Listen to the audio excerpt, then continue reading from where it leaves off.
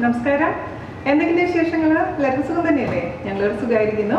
അപ്പോൾ ഞാനിന്ന് വന്നിരിക്കുന്നത് ഒരു നൊസ്റ്റാൾജിക് റെസിപ്പി ആയിട്ടാണ്, അതായത് ഡയമണ്ട് കട്ട്സ്. ഞാനൊക്കെ ചെറുപ്പത്തിലെ വിരുന്നൊക്കെ പോകുമ്പോൾ പ്രത്യേകിച്ചും എൻ്റെ അമ്മയുടെ വീട്ടിലൊക്കെ സ്ഥിരം ഉണ്ടാകുന്ന ഒരു വിഭവമാണ് ഡയമണ്ട് കട്ട്സ്. അതായത് കുട്ടികൾക്ക് ഇഷ്ടമാണ്, അതുകൊണ്ടാണ് അവരത് വാങ്ങിച്ചു വെക്കുന്നത്. അപ്പോൾ സ്വീറ്റ് ആയിട്ടുണ്ട്, അതേസമയം സ്പൈസി ആയിട്ട് ഡയമണ്ട് കട്ട്സ് ഇപ്പോൾ അവൈലബിൾ ആണ്. ഞാനത് ചെയ്തിരിക്കുന്നത് സ്വീറ്റ് വെർഷൻ ആണ്.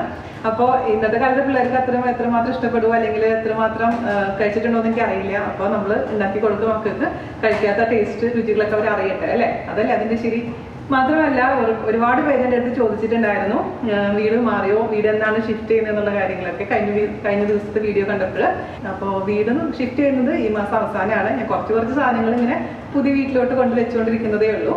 അപ്പോൾ അതിനുശേഷം വീഡിയോസ് തീർച്ചയായിട്ടും ഞാൻ ഇടാം. ഇപ്പോൾ പഴയ വീട്ടിൽ തന്നെയാണ് ഞാൻ ഷൂട്ട് ചെയ്തിരിക്കുന്നത്.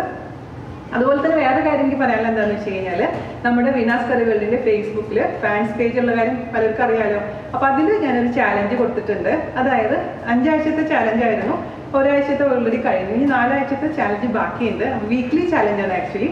അപ്പോൾ അതിൻ്റെ ഡീറ്റെയിൽസ് എല്ലാം ഞാൻ ആ വീഡിയോ ആയിട്ട് ഞാൻ അതിൽ പോസ്റ്റ് ചെയ്തിട്ടുണ്ട്. മെമ്പർ ആയിരിക്കുന്നവർ അതിൽ പോയി കാണാനും ഇഷ്ടമാണെന്നുണ്ടെങ്കിൽ ചാലഞ്ചിൽ പങ്കെടുക്കാനും മറക്കരുത്. 250 ദിർഹംസിൻ്റെ ഗിഫ്റ്റ് വൗച്ചറാണ് ഓരോ ആഴ്ചയും സമ്മാനമായിട്ട് കൊടുക്കുന്നത് കേട്ടോ. അപ്പോൾ അതിൻ്റെ ലിങ്ക് വേണമെന്നുണ്ടെങ്കിൽ ഞാൻ ഇതിൻ്റെ ഡിസ്ക്രിപ്ഷൻ ബോക്സിൽ നമ്മുടെ വീനാസ് കറിവേൾഡിൻ്റെ ഫാൻസ് പേജിൻ്റെ ലിങ്ക് ഞാൻ താഴെ കൊടുക്കാം. അപ്പോൾ മാത്രമല്ല അതിൽ ഓപ്പൺ ഗ്രൂപ്പ് അല്ല, ക്ലോസ്ഡ് ഗ്രൂപ്പാണ്. അതുകൊണ്ട് റിക്വസ്റ്റ് അയച്ചാൽ മാത്രമാണ് അതിലോട്ട് ആഡ് ആവാൻ പറ്റുള്ളൂ. ഓക്കെ, അപ്പോൾ ഒട്ടും താമസിച്ചുകൊണ്ട് നമുക്ക് എങ്ങനെയാണ് ടേസ്റ്റി ആയിട്ടുള്ള ഡയമണ്ട് കട്ട്സ് ഈസി ആയിട്ട് തയ്യാറാക്കാം നോക്കിയിട്ട് വരും.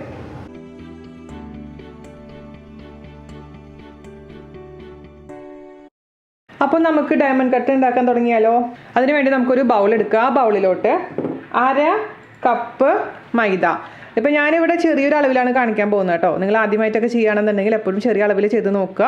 ഇപ്പം ഇതിലിപ്പോൾ 3-3.5 ടേബിൾ സ്പൂൺ ഉണ്ടാവും അരക്കപ്പ് എന്ന് പറയുന്നത്. പക്ഷേ കുറച്ച് കൂടിയാലും കുറഞ്ഞാലും കുഴപ്പമൊന്നുമില്ല. അപ്പോൾ നമുക്ക് 1/2 കപ്പ് മൈദ അതിലേക്ക് ചേർത്ത് കൊടുക്കാം. ചിലപ്പോൾ നിങ്ങൾ ചോദിക്കാൻ ചാൻസ് ഉണ്ട്, ഇത് ആട്ട വെച്ച് ചെയ്യാൻ പറ്റുമെന്ന്, അതായത് ഗോതമ്പ് പൊടി വെച്ച് ചെയ്യാൻ പറ്റുമെന്ന്. ഞാൻ ഇതുവരെ ട്രൈ ചെയ്തിട്ടില്ല. നിങ്ങൾക്ക് വേണമെങ്കിൽ ട്രൈ ചെയ്ത് നോക്കാം. ഓക്കെ, അതുകൊണ്ട് എനിക്ക് അറിയില്ല ഞാൻ ചെയ്യാത്ത കാരണം. അപ്പോൾ 1/2 കപ്പ് മൈദ ഞാൻ ഇതിലോട്ട് ചേർത്ത് കൊടുത്തിട്ടുണ്ട്. ഇനി നമുക്ക് ഇതിലോട്ട് ചേർത്ത് കൊടുക്കേണ്ടത് അല്പം ഉപ്പ് ഒരുപാട് കൂടാൻ പാടില്ല, കുറച്ച് മാത്രം മതി.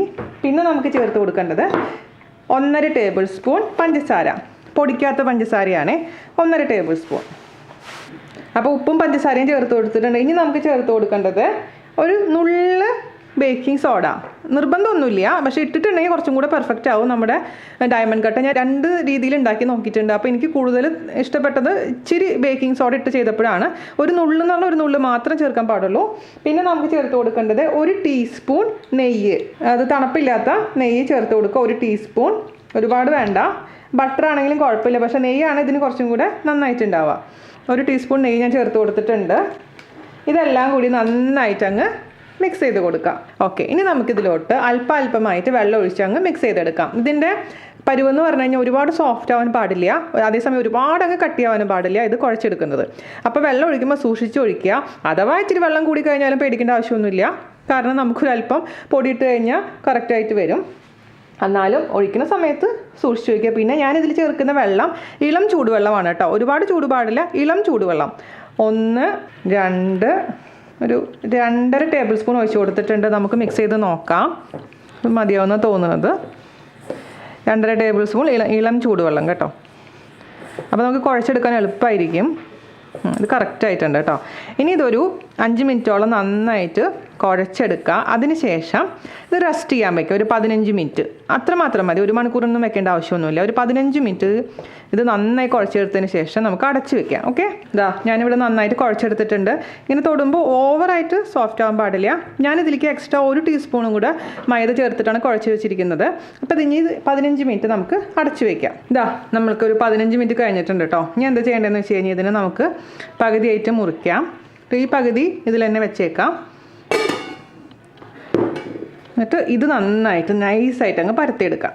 അപ്പോൾ കുറച്ച് പൊടി ഡസ്റ്റ് ചെയ്യുക.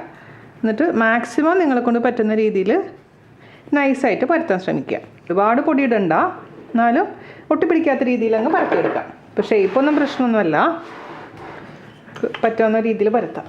അപ്പോൾ ഞാൻ നന്നായിട്ട് വലുതായിട്ട് പരത്തിയതിന് ശേഷം കാണിക്കാം. ഓക്കെ, ഇതാ എന്നെക്കൊണ്ട് പറ്റാവുന്ന അത്രയും നൈസായിട്ട് ഞാൻ പരത്തിയിട്ടുണ്ട്. ഈ ഒരു കനം കേട്ടോ, ഇനി നമുക്ക് എന്താ ചെയ്യേണ്ടതെന്ന് വെച്ച് കഴിഞ്ഞാൽ ഇതങ്ങ് മുറിച്ചെടുക്കണം. നിങ്ങൾക്കിപ്പോൾ പിസ്സ കട്ടർ ഉപയോഗിച്ച് മുറിച്ചെടുക്കാം, അല്ലെങ്കിൽ സാധാരണ കത്തി വെച്ചിട്ടും മുറിച്ചെടുക്കാം. ഓക്കെ, അപ്പോൾ വലിയ പീസസ് ആയിട്ട് വേണമെങ്കിൽ മുറിക്കാം, ചെറിയ പീസസ് ആയിട്ട് മുറിക്കാം. അതൊക്കെ നിങ്ങളുടെ താല്പര്യത്തിനനുസരിച്ച് ചെയ്തോളൂ. അപ്പോൾ നമുക്ക് മുറിക്കാം. ഇപ്പോൾ സ്ലാൻഡിങ് ആയിട്ടങ്ങ് ആദ്യം മുറിച്ച് കൊടുക്കാം. അപ്പോൾ ഞാനിപ്പോൾ ചെറുതായിട്ടാണ് മുറിക്കാൻ പോകുന്നത്, ഇതുപോലെ. ഓക്കെ,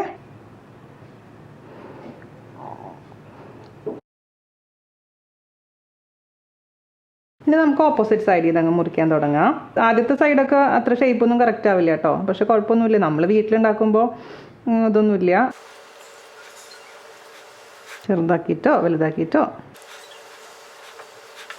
ഓക്കെ, അപ്പോൾ ഞാൻ മുറിച്ചിട്ടുണ്ട്. ഞാനിവിടെ ചെറിയ ചെറിയ പീസായിട്ടാണ് മുറിച്ചെടുത്തിരിക്കുന്നത്. ഇനി നമുക്ക് ഇതിൽ നിന്ന് ഓരോന്നായിട്ട് എടുക്കാം. എന്നിട്ട് ഒരു പാത്രത്തിലോട്ട് ഇട്ട് കൊടുക്കുക. ആ പാത്രത്തിൽ നനവുണ്ടാവാൻ പാടില്ല കേട്ടോ. അപ്പോൾ നേരത്തെ എല്ലാം കൂടി ഒരുമിച്ച് അങ്ങ് വെക്കാം. ഇത് ഒട്ടി പിടിക്കത്തൊന്നുമില്ല. ഒരുമിച്ച് കണ്ടോ, എടുക്കാൻ ഭയങ്കര ഈസിയാണത്. നിങ്ങൾ വിചാരിക്കാൻ എടുക്കുമ്പോൾ അത് കേടായി പോകുന്നു, അങ്ങനെ കേടാവൊന്നുമില്ല. അത് കാരണം ഇത് നമ്മൾ എണ്ണയിൽ ഇടുമ്പോഴേക്കും വീണ്ടും അതേ ഷേപ്പിലോട്ട് വരും. നമുക്ക് ഡീസൻ്റ് ആയിട്ടുള്ള ഡയമണ്ട് ഷേപ്പിൽ കിട്ടിയിട്ടുണ്ട്. അപ്പോൾ ഇത് നമുക്ക് മാറ്റി വയ്ക്കാം. ഇനി ഇതേപോലെ തന്നെ അടുത്തതും പരത്തിയിട്ട് ഒരുമിച്ച് അങ്ങ് ഫ്രൈ ചെയ്തെടുക്കാം. ഓക്കെ, അപ്പോൾ അതിന് മുൻപായിട്ട് ഞാനിവിടെ എന്താ ചെയ്തേക്കണമെന്ന് വെച്ച് കഴിഞ്ഞാൽ കുറച്ച് പഞ്ചസാര നൈസായിട്ട് പൊടിച്ച് വെച്ചിട്ടുണ്ട്. ഇത് അത്യാവശ്യമാണ്, റെഡിയാക്കി വെക്കണം നമ്മൾ. പിന്നെ ഇതെന്താ ചെയ്യേണ്ടതെന്ന് വെച്ചാൽ അടച്ചു വെക്കണം, അല്ലെങ്കിൽ ഡ്രൈ ആയിട്ട് മാറും. അപ്പോൾ ഓൾറെഡി കട്ട് ചെയ്തിരിക്കുന്ന പീസസ് നമുക്കൊന്ന് തുണി വെച്ചിട്ട് അടച്ചു വെക്കാം, അല്ലെങ്കിൽ പാത്രത്തിലിട്ട് അടച്ചു വെച്ചാലും മതി. അല്ലെങ്കിൽ ഇത് ഫ്രൈ ചെയ്തതിന് ശേഷം അടുത്തത് പരത്തി മുറിച്ചാലും മതി. എങ്ങനെയാണ് നിങ്ങൾക്ക് താല്പര്യം അതനുസരിച്ച് ചെയ്തോളൂ കേട്ടോ. മൂടി വയ്ക്കാൻ പോവുകയാണ്. അടുത്ത ഉരുളയെ നമുക്ക് ഇതേപോലെ തന്നെ അങ്ങ് പരത്തി മുറിച്ചെടുക്കാം. ഓക്കെ, രണ്ടാമത്തെ ഷീറ്റ് ഞാൻ പരത്തിയിട്ടുണ്ട്. മാക്സിമം ഉണ്ട്, ഇവിടെ നിന്ന് കാണാൻ പറ്റും, നല്ല ട്രാൻസ്ലൂസൻ്റ് ആയ പോലെയാണ് ഞാൻ പരത്തിയിരിക്കുന്നത്. അപ്പോൾ നമുക്കൊന്ന് എടുക്കുക കേട്ടോ, അല്ലെങ്കിൽ ചിലപ്പോൾ ഒട്ടി പിടിക്കാനുള്ള ചാൻസ് ഉള്ളത്. അതിന് ശേഷം മുറിച്ച് കൊടുക്കാം.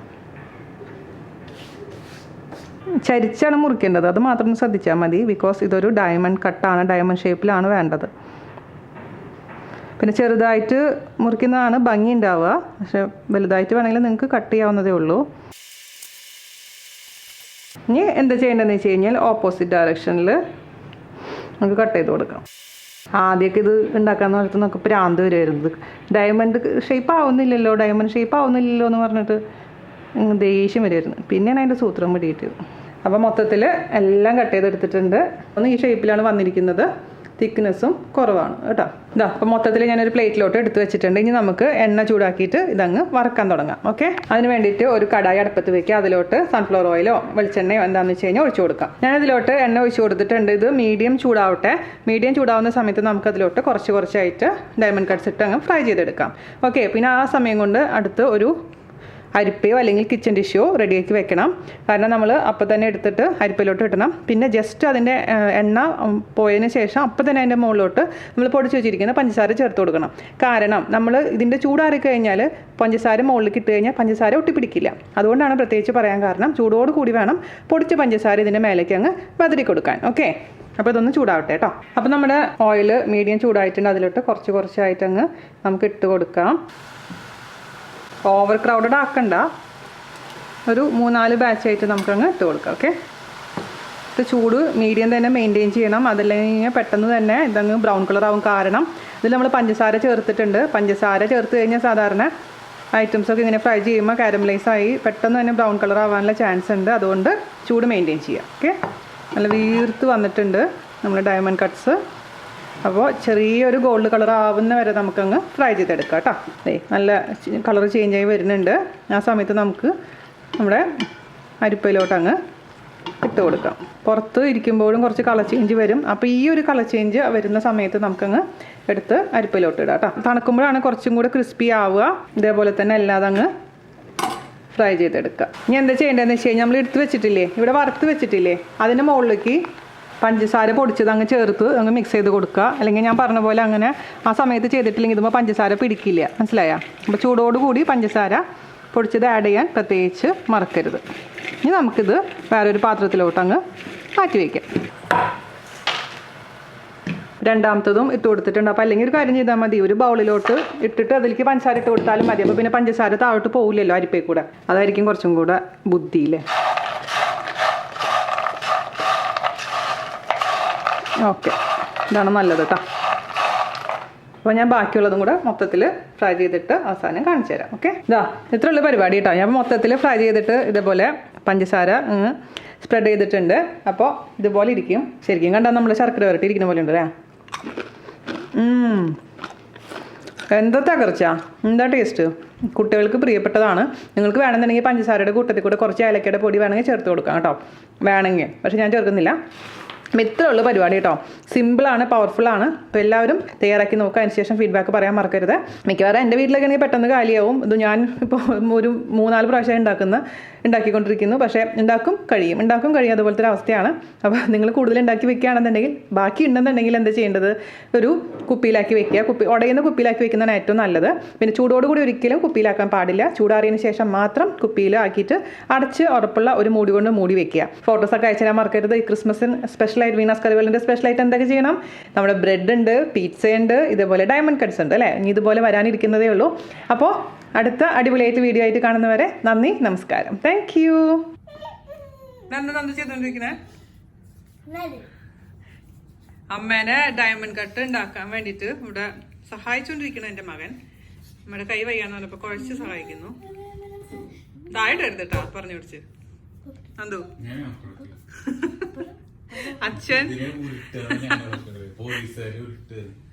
അച്ഛനിവിടെ കുഴച്ച് സഹായിച്ചില്ല അമ്മേനെ. എന്തിനാ അച്ഛൻ ഉരുട്ടിയത്? ബ്രെഡിന് ഉരുട്ടിയതല്ലേ കുഴച്ചത്. അപ്പൊ പിന്നെ മോനൊന്ന് അമ്മേനെ സഹായിക്കാന്ന് വിചാരിച്ചു അല്ലേ എന്തോ? അങ്ങനെയുണ്ട് എക്സ്പീരിയൻസ് കുഴക്കുന്നത്? നല്ല സുഖമുണ്ട് അല്ലേ?